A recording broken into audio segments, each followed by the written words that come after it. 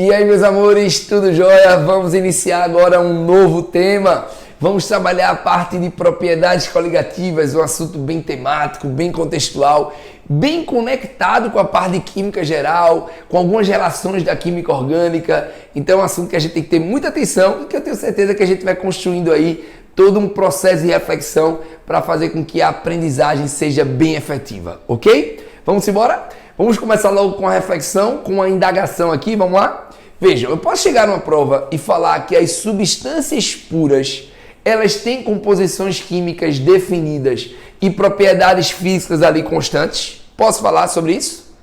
Porém, lá na parte de química geral, a gente aprende justamente isso, que a substância pura, ela é caracterizada por um conjunto de propriedades que permite identificá-la, né? Exatamente. Tendo ali uma composição definida na estrutura, na espécie química que a define. Por exemplo, quando você fala da água, você já associa que a molécula da água é formada ali pela junção de dois átomos de hidrogênio e um átomo de oxigênio. Ela tem uma composição química ali bem definida.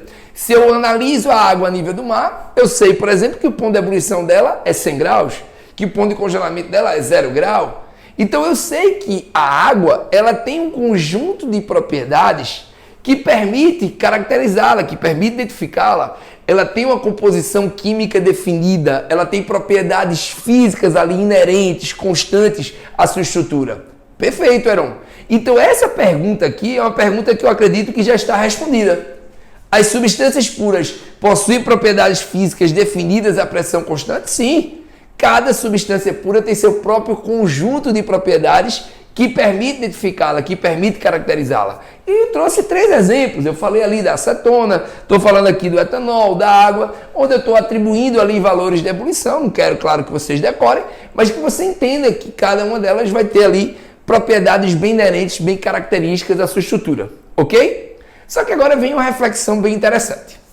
Imagine que eu tenho um recipiente contendo água e o meu desejo, o meu intuito é colocar um soluto nessa água. Ou seja, eu quero que eu tenha uma substância que se dissolva nessa água. Por exemplo, eu vou colocar sal, eu vou colocar açúcar. A ideia é que eu acrescente uma espécie nesse recipiente que tem água, de tal forma que essa espécie se dissolva na água. E aí eu usei como exemplo o sal e açúcar. A minha pergunta é, você acredita que na hora que a gente insere esse soluto nesse solvente, de modo claro que essa dissolução aconteça, você acha que esse soluto ele interfere nas propriedades desse solvente? Você acredita que as características físicas desse solvente irão mudar mediante a adição de soluto? Será? Então veja o que eu estou propondo, que você está colocando um soluto em determinado solvente, o soluto ele vai se distribuindo ali uniformemente, ele vai fazendo com que você passe a apresentar uma uniformidade, uma homogeneidade na sua dissolução. Então você está vendo aqui um soluto de coloração característica que ao ser colocado ali na água, no solvente, vai homogeneizando, vai formando aqui uma solução. E eu gostaria que você, obviamente, me dissesse o seguinte: você acha que a adição de soluto vai fazer com que as características físicas desse solvente venham a mudar? Não sei, cara. Será que a presença do soluto é capaz de alterar as propriedades físicas de um solvente? Porque lembra que o solvente, por exemplo, uma substância pura, tinha ali características bem definidas, né? Quando ela se encontrava dentro da sua composição única, as suas propriedades eram bem inerentes, eram bem caracterizadas e que permitiam identificar aquela espécie. Mas a minha ideia é, se eu acrescento o soluto, de forma que esse soluto ele vai ali dissolver no solvente, você acha que esse soluto é capaz de interferir nas propriedades do solvente? Pô, cara, vamos refletir? Vamos lá? Vamos pensar de uma maneira bem clara. Vê só. Se eu coloco, por exemplo, sal na água, você sabe que o sal de cozinha, ele gera Na+ e Cl-, não gera? E o Na+ e o Cl-, que são ali os cátions e os ânions associados, né? Começam a interagir com os polos da água, não começam? É verdade. E aí você tem ali uma interação ion-dipolo, que é a interação da natureza iônica associada ao sal, com o dipolo da água, já que a água é uma molécula aí de natureza polar, né? Então você começa a compreender que os íons, eles começam simplesmente a deixar a água ali mais presa, mais retida. É verdade. Então se os íons deixam aquela água ali mais presa, mais retida, devido a essa interação íon-dipolo, eu começo a perceber que o sal de cozinha passa a interferir na capacidade que a água tem de virar vapor. Por que, Heron? Porque se os íons ali presentes prendem a água, não deixam a água escapar tão facilmente, eu começo a perceber que para a água escapar agora, ela vai precisar de uma energia maior. Porque os íons do sal estão ali sendo atraídos, né? E atraindo as moléculas de água, fazendo com que elas fiquem ali mais coesas, elas fiquem ali mais retidas, mais presas, e consequentemente eu entendo que há uma interferência desse soluto na água. Então a gente já começa a perceber que a presença desse soluto interfere na capacidade que o solvente tem de escapar, ou seja, de virar vapor. Beleza ou não? Outra situação que a gente pode também colocar como reflexão não é só a interação que esse soluto, por exemplo, exerce no solvente. É a capacidade que esse soluto tem de se distribuir uniformemente no solvente, inclusive na própria superfície. Então, a presença desse soluto vai ocupar uma região ali, onde essa região vai servir de obstáculo para que o solvente ele venha escapar. Vejam que na hora que eu coloco aqui o soluto, esse soluto ele vai se distribuindo em relação a esse solvente e vai criando aqui uma espécie de bloqueio, de obstáculo.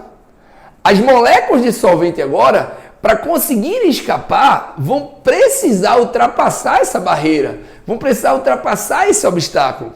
E como ele vai se distribuindo uniformemente, inclusive na própria superfície, vai criar uma espécie de barreira na superfície, fazendo com que essa dificuldade seja ainda maior. Em síntese, o que é que eu quero dizer? Que a presença do soluto começa a bloquear a saída das moléculas, por exemplo, do solvente da água, fazendo com que você passe a ter uma mudança nesse comportamento de escape, né? Uma mudança nesse comportamento de virar vapor. Então, a presença do soluto interfere na capacidade que a água tem de ebulir, interfere na capacidade que a água tem de evaporar, de escapar. Então, o soluto interfere nas propriedades físicas do solvente, e sim, o soluto ele vai trazer essa interferência. E eu estou trazendo uma das interferências, que é a interferência que exerce nessa capacidade de, por exemplo, de virar vapor, de evaporar, de ebulir. Então, nós começamos a entender que o soluto causa interferência nas propriedades físicas do solvente. Tudo bem? E quem estuda essa interferência que o soluto exerce no solvente é o que nós chamamos de propriedades coligativas.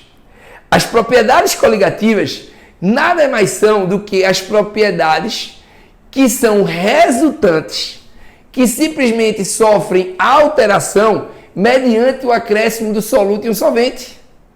Então, toda vez que você quer observar quais são as propriedades físicas, por exemplo, de um solvente, que se alteram quando você adiciona um soluto, o que você vai estar estudando são as chamadas propriedades coligativas. Olha, é importante que você entenda que não importa se esse soluto que eu coloco seja iônico ou molecular. Entenda que se ele está ali dissolvido, se ele é um soluto dito não volátil, porque a ideia é que ele permaneça dissolvido, eu não quero que ele escape, eu quero que ele fique ali na água, por exemplo. Então, se ele está ali dissolvido, se ele é não volátil, se ele permanece ali naquela água, ele vai interferir no solvente. E essas propriedades que esse soluto vai simplesmente interferir é o que nós chamamos de propriedades coligativas. Então, na hora de uma prova, vamos trazer uma definição bem legal. As propriedades coligativas, simplesmente, elas resultam do acréscimo de um soluto não volátil em um solvente. Ou seja, a presença do soluto altera as propriedades físicas do solvente. Basicamente, eu quero comparar o solvente puro com a solução obtida, né? Eu quero que você diga assim, pô, o solvente puro antes tinha características que se colocavam ali para identificar aquela espécie, né? Tipo fusão, ebulição e por aí vai. Quando eu coloco soluto, eu sei que esse soluto vai alterar essas propriedades físicas e vai gerar, claro, uma solução. Então, eu estou estabelecendo uma comparação entre o solvente, que antes era puro, e a solução. Esse estado comparativo entre as propriedades do solvente puro com a solução é o que nós chamamos de propriedades coligativas. Tudo bem? Mas tem um detalhe fundamental para a nossa reflexão. Presta bem atenção no que eu vou dizer, tá? É interessantíssimo que a gente consiga organizar bem esse pensamento. Heron, você acha que adicionar sal de cozinha, NaCl, em água, e adicionar açúcar, por exemplo, açúcar comum, sacarose, em água, o efeito provocado na água vai ser o mesmo se eu adicionar a mesma quantidade de sal e a mesma quantidade de sacarose, por exemplo? Se eu adicionar, por exemplo, a mesma quantidade de glicose e de sacarose, o efeito vai ser o mesmo? Você diz, não, Eronzinho, eu acho que não, porque eu estou falando ali de espécies diferentes e, consequentemente, a interação ali vai ser diferente. Aí é que está. Entende-se que, independentemente do soluto, a dimensão espacial de cada espécie que eu coloco na água fica praticamente a mesma. Então, a interferência que ele exerce no solvente é a mesma. Por isso que a gente diz que as propriedades coligativas, elas não dependem do tipo de soluto que eu acrescento, dependem unicamente da quantidade.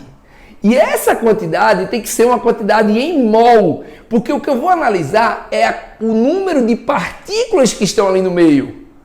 Então, se você pega solutos diferentes, mas que simplesmente promovem, em relação à adição, né, a mesma quantidade em mols, o efeito que ele vai provocar no solvente vai ser o mesmo. Então, se você bota um mol de glicose e um mol de sacarose, onde ambos se dissolvem ali, ambos vão gerar a mesma quantidade de partículas e ambos vão causar o mesmo efeito no solvente, no caso ali, por exemplo, a água. Então, as propriedades coligativas, elas não dependem do tipo de soluto que eu acrescento. Depende unicamente da quantidade, e essa quantidade é em mol. Então, a gente diz que as propriedades coligativas não dependem da natureza do soluto adicionado, e sim da quantidade de partículas que se encontram ali no meio. Se você bota glicose e sacarose na água, é como se você estivesse trazendo a visão de que elas têm dimensões muito semelhantes microscopicamente. Então, eles vão causar impactos na água que são semelhantes. Então, o que vai interferir de maneira mais expressiva não vai ser simplesmente o tipo da espécie, sim a quantidade que está ali. Quanto maior a quantidade, maior o efeito que ele vai causar ali naquele solvente. Então, não esquece disso. Quanto maior o número de partículas que você tem de soluto, maior vai ser o efeito coligativo resultante. De modo que a gente pode compreender um detalhe bem interessante. Às vezes você pega duas espécies diferentes e você coloca massas diferentes, mas que vão produzir o mesmo efeito. Sabe por quê? Porque massas diferentes podem produzir a mesma quantidade de mols, desde que as substâncias não sejam as mesmas, né?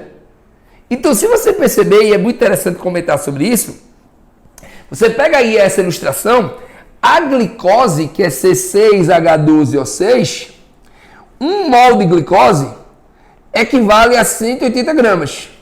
Essa é a massa molar da glicose. Eu somo a massa dos átomos de carbono, né? A massa de hidrogênio e a massa do oxigênio. Se eu chego aqui e coloco 36 gramas de glicose, que é o que eu estou propondo aqui na questão, eu vou ter X mols aqui. Sabe quanto é que dá esse X? Esse X aqui dá 0,2 mols. Ok, Aaron. Mas observa agora a sacarose. 1 mol de sacarose, a massa molar da sacarose, equivale a 342 gramas.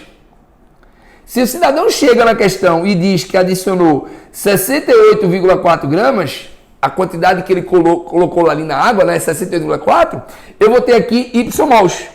Sabe quanto é que dá esse Y? 0,2 mols. Como eu estou pegando espécies diferentes, que têm massas molares diferentes, produzir a mesma quantidade de mols não vai equivale à mesma massa, pessoal. Então veja que apesar de eu estar colocando massas diferentes de glicose e de sacarose, eu estou produzindo a mesma quantidade de mols. Então o efeito que eu vou provocar vai ser o mesmo, porque as propriedades coligativas dependem unicamente da quantidade e não da natureza do soluto. A interferência que eu vou causar na propriedade do solvente depende só da quantidade em mol. Se liga nisso. Então é muito importante que você tenha consciência de que se eu der o valor em massa, se eu der o valor em volume, você tem que passar para mol, para saber se o número de mols é o mesmo e, consequentemente, ver se o efeito provocado é o mesmo. Mas não se ele der o volume. Se ele der o volume, ele vai te dar a densidade, para que através da densidade você ache a massa. Sabendo a massa e tendo conhecimento da massa molar, você descobre o número de mols. E aí, consequentemente, o número de mols de cada um, se for igual, o efeito provocado é o mesmo. Tudo bem? Então, quer dizer que propriedade coligativa equivale à interferência que o soluto exerce no solvente. Ou seja, as propriedades que se alteram mediante a adição de soluto, onde essa adição depende só da quantidade, em mols é o que nós chamamos de propriedades coligativas, né, Heron? Isso.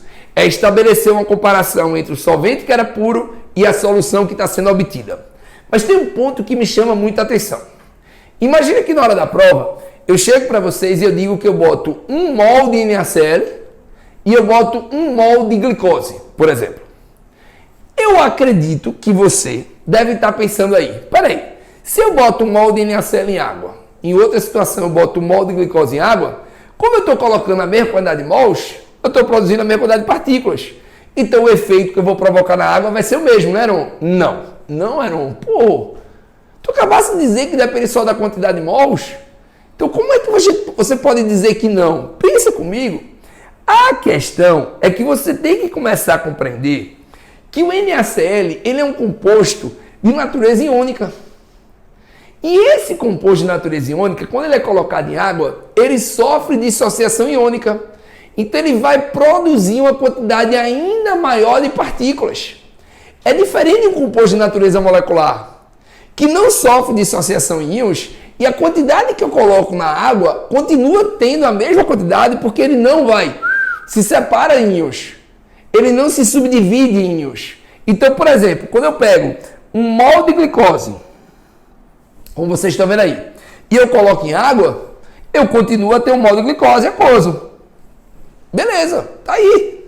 Eu simplesmente entendo que como ele é uma substância de natureza molecular, ele vai conseguir manter a sua natureza molecular ali em água. Então a quantidade não muda. Tudo bem? Mas quando eu boto o NaCl, olha que interessante, entenda que o NaCl ele é formado aqui por Na+ e Cl-. Aí ao colocar em água, devido aos polos que a água possui, devido à sua condição, né, polarizável, vai fazer com que esse arranjo cristalino do sal, ele se desfaça. Então esse Na que estava junto do Cl, formando uma unidade só, né, na hora que a água atua, ele vai se separar. Então eu deixo de ter uma única unidade que antes era NaCl e passo agora a ter duas, né? Na+ e Cl-, né? Não? Isso. Aí eu passo a ter o dobro da quantidade de partículas. Então observe que ao colocar 1 mol de glicose em água, eu continuo a ter 1 mol. Mas quando eu boto 1 mol de NaCl em água, eu passo a ter quantos mols? 2. Porque eu vou ter 1 de Na e 1 de Cl. E, consequentemente, eu vou produzir o dobro do efeito. Olha que interessante. Olha, de novo, as propriedades coligativas só dependem da quantidade. Mas lembre que em compostos iônicos, essa quantidade ela se torna ainda maior em função da dissociação iônica.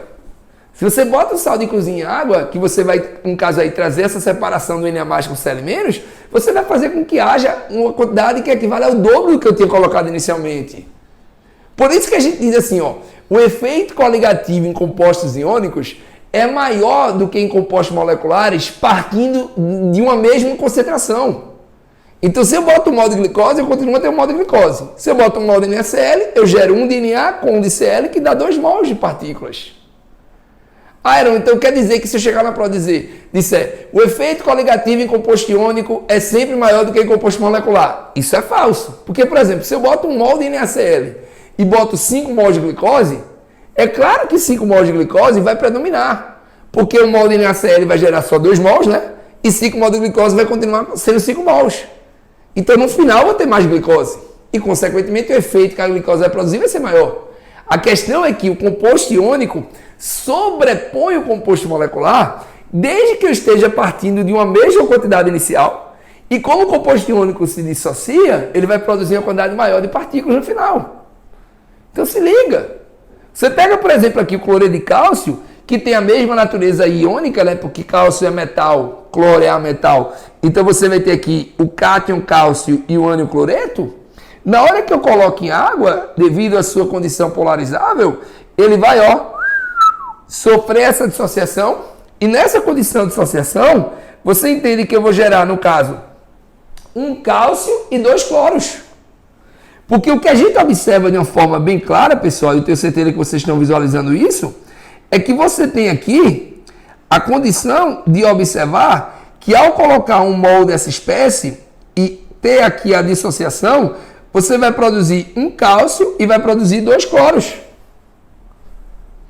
E, consequentemente, se eu tenho um cálcio e 2 cloros, vai ser 3 mols de partículas. Inclusive, tem até um equívoco aqui, né? Um mol de NaCl, um mol de CaCl2, né? Que é o cloreto de cálcio. E aí, o que acontece? A gente entende que aqui vai ter 3 mols. Então, veja que no primeiro contexto, ao colocar um mol de NaCl, você gera 2 mols de partículas.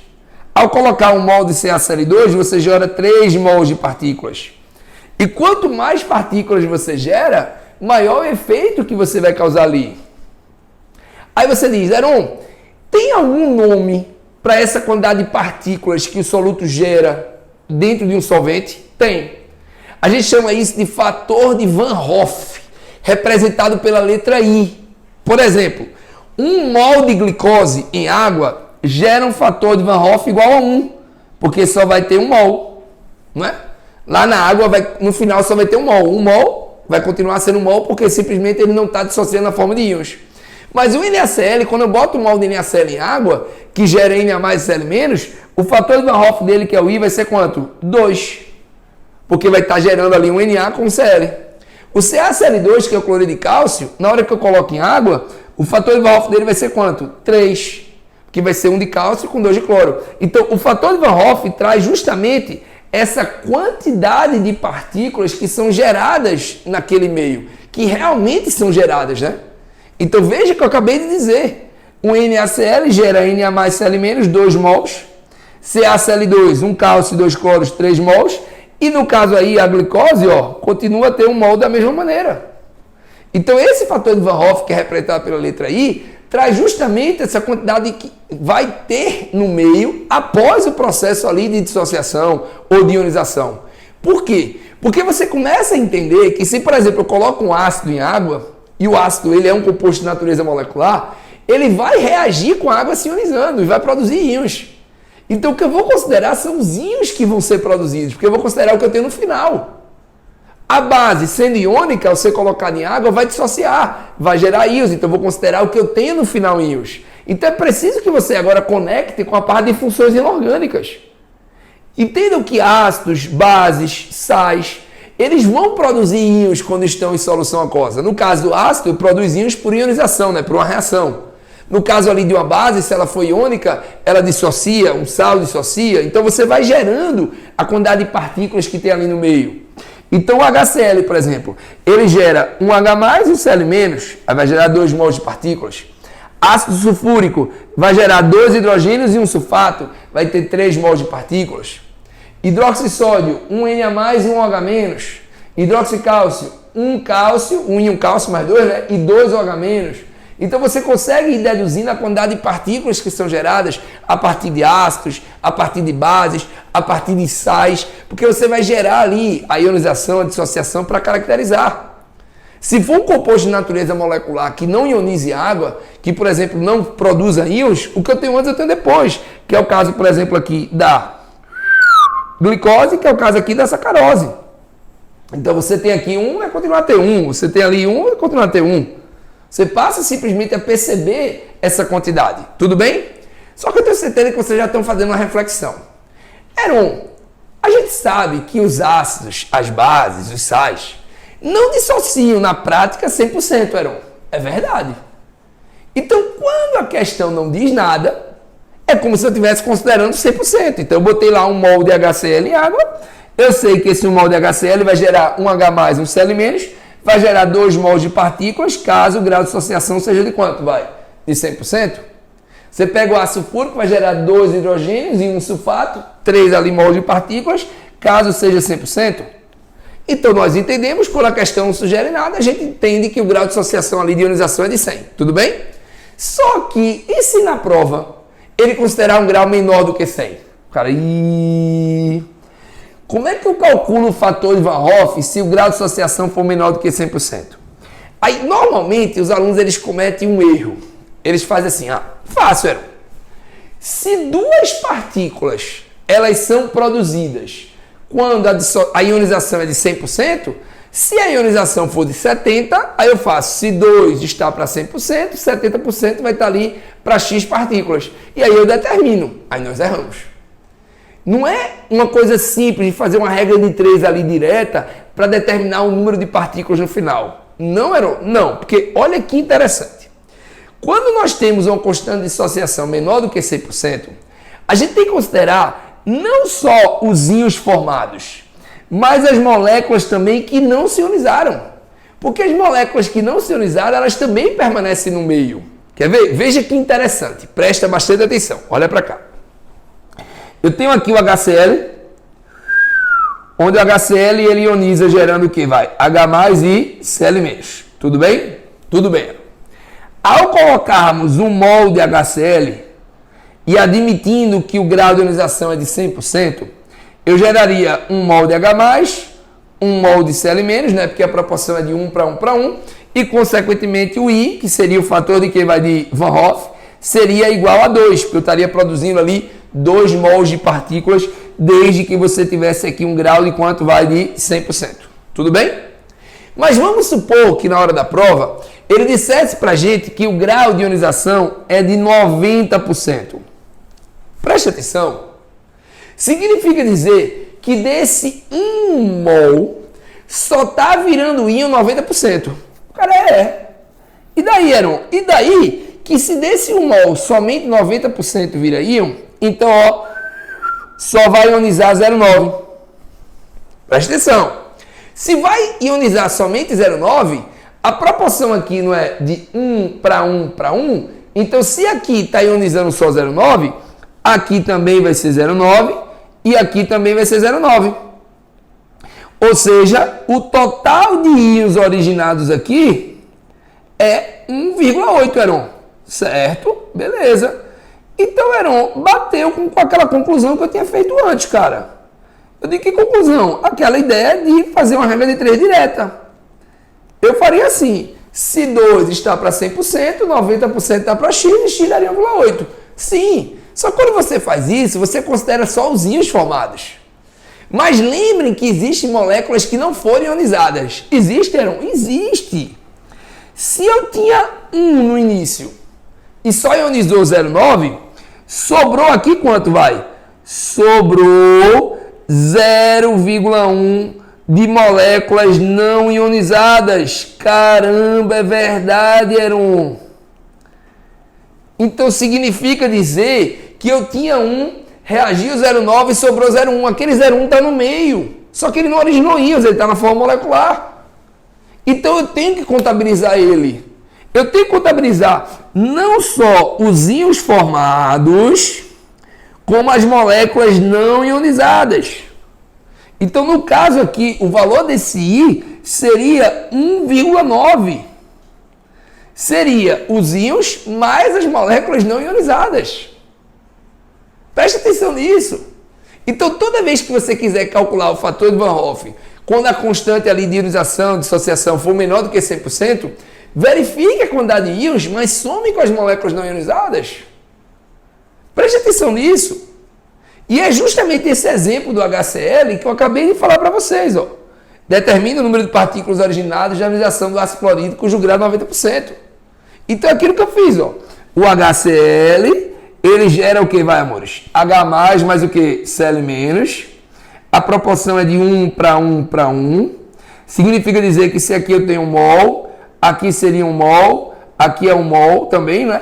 Porque a proporção é de 1 para 1 para 1. Caso você tivesse quanto? Vai? 100% de ionização.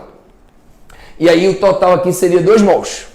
Mas como ele propôs que fosse 90%, então desse 1 mol só vai reagir quanto? 90%, que é 0,9. 90% de 1 é 0,9, tá? Como a proporção é de 1 para 1 para 1, então aqui também vai ser 0,9, aqui também vai ser 0,9. E aí você tem um grau aqui, ó, de ionização de 90%. Qual é o total de íons formados aqui? O total de íons formados aqui, ó, é 1,8. Não é isso? Só que eu vou, além disso, somar com as moléculas não ionizadas. 1 menos 0,9, sobrou quanto, vai? Sobrou simplesmente 0,1. Então eu vou pegar 0,1, que são as moléculas não ionizadas, e somar com 1,8. E, consequentemente, o total que você vai ter aqui, ó, o fator de Van Hoff aqui vai ser de quanto?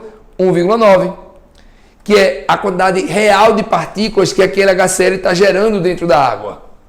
Bora fazer mais um exemplo? Vamos lá. Imagina que eu chego na prova e digo esse exemplo aqui, ó. Determina o número de partículas originadas na ionização do ácido sulfúrico, cujo grau é de 70%. Então vamos lá. Ácido sulfúrico, H2SO4.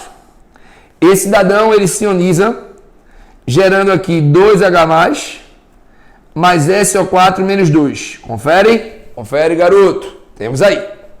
Essa é a ionização do ácido, tudo bem? Está gerando os dois hidrogênios mais o sulfato, que é um ânion aqui composto divalente. Aí se eu pegar 1 mol desse garotinho, a proporção vai ser 1 mol, aqui vai dar 2 mols e aqui vai dar 1 mol, de modo que a gente entende que se fosse 100%, o valor desse I aqui ó, seria 3, que seria 2 daqui com 1 daqui. Tudo bem? Mas como é 70%, só vai ionizar quanto? 0,7. Por que 0,7? Eram 70% de 1 a 0,7. Aí, ó, a proporção é de 1 para 2. Se aqui é 0,7, aqui vai ser 1,4. A proporção é de 1 para 1, ó. 1 para 1. Se ali é 0,7, aqui vai ser 0,7. Tudo bem? Significa dizer que nós compreendemos que o total de íons formados aqui é quanto, vai? 2,1. 1,4 com 0,7. Tudo bem? Só que eu tenho que calcular não só os íons formados, eu tenho que calcular as moléculas não ionizadas. E qual é a quantidade de moléculas não ionizadas? No caso aqui, sobrou quanto, vai? Sobrou 0,3, que é simplesmente a condição de 1 menos quanto, vai? 0,7. Ah, Aaron, então no caso aqui, o total de partículas associadas aqui vai ser quanto, cara? Vai ser 2,4. Esse I vai ser 2,4. Que é 2,1 com 0,3. Veja que a gente consegue compreender na prática o que significa isso. Tem aluno que acaba gostando mais de fazer uma memorização através de uma fórmula, que é o chamado cálculo de fator de Van Hoff, que pode ser calculado por essa expressão aqui, ó. I é igual a 1 mais alfa Q menos 1. Não sei se vocês preferem, eu acho que é melhor você fazer uma dedução. É mais lógico, mais compreensível e traz para você um entendimento do assunto. Mas se você tiver uma facilidade de memorização e preferir, pode ser assim também. Quem é alfa, Heron? Alfa, como você sabe, é o grau de ionização. Quem é esse Q? Esse Q é o número de partículas geradas. É o número ali de íons gerados. Então, bora ver? I vai ser igual a 1, comigo, hein? Presta atenção. 1 mais. Quem é alfa? No caso aqui, alfa é 70%, que é 0,7. Quem é Q? Que é o número de íons, o número de partículas geradas, que é 2 hidrogênios e 1 sulfato, dá 3. Menos 1. Aí no caso aqui você tem 3 menos 1, que dá 2. Vezes 0,7 dá 1,4, com mais 1 dá 2,4. Se você preferir, você pode fazer assim também, caso você ache que é interessante. Quer dar uma testada aqui com o exemplo de cima? Vamos lá. I vai ser igual a 1 mais alfa Q menos 1. Veja que isso é válido quando você simplesmente parte com mol. Mas Heron, se ele colocasse inicialmente 2 mols, você pegaria esse valor de I e multiplicaria ali por 2. Caso você usasse essa fórmula. Aqui você já faz direto, você já está usando a quantidade real, né? Ali você está como se você estivesse partindo de 1 mol. Então, se você usa 2 mols, 3 mols, você vai multiplicando pela quantidade ali que ele usar. De forma que você tem isso, ó. I é igual a 1 mais 90% é 0,9. Que, no caso aqui, é 1 hidrogênio e 1 cloro, vai dar 2. Menos 1. Aí, no caso, esse I aqui, sabe quanto é que dá? Dá 1,9. Porque, ó, 2 menos 1 dá 1, vezes 0,9 dá 0,9, com mais 1 dá 1,9. E aí você acha o fator de Van Hoff através dessa expressão. Então, você tanto pode fazer assim, como você simplesmente pode aplicar todo esse raciocínio que a gente construiu. E aqui está a expressão do cálculo do fator de Van Hoff. I é igual a 1 mais alfa Q menos 1.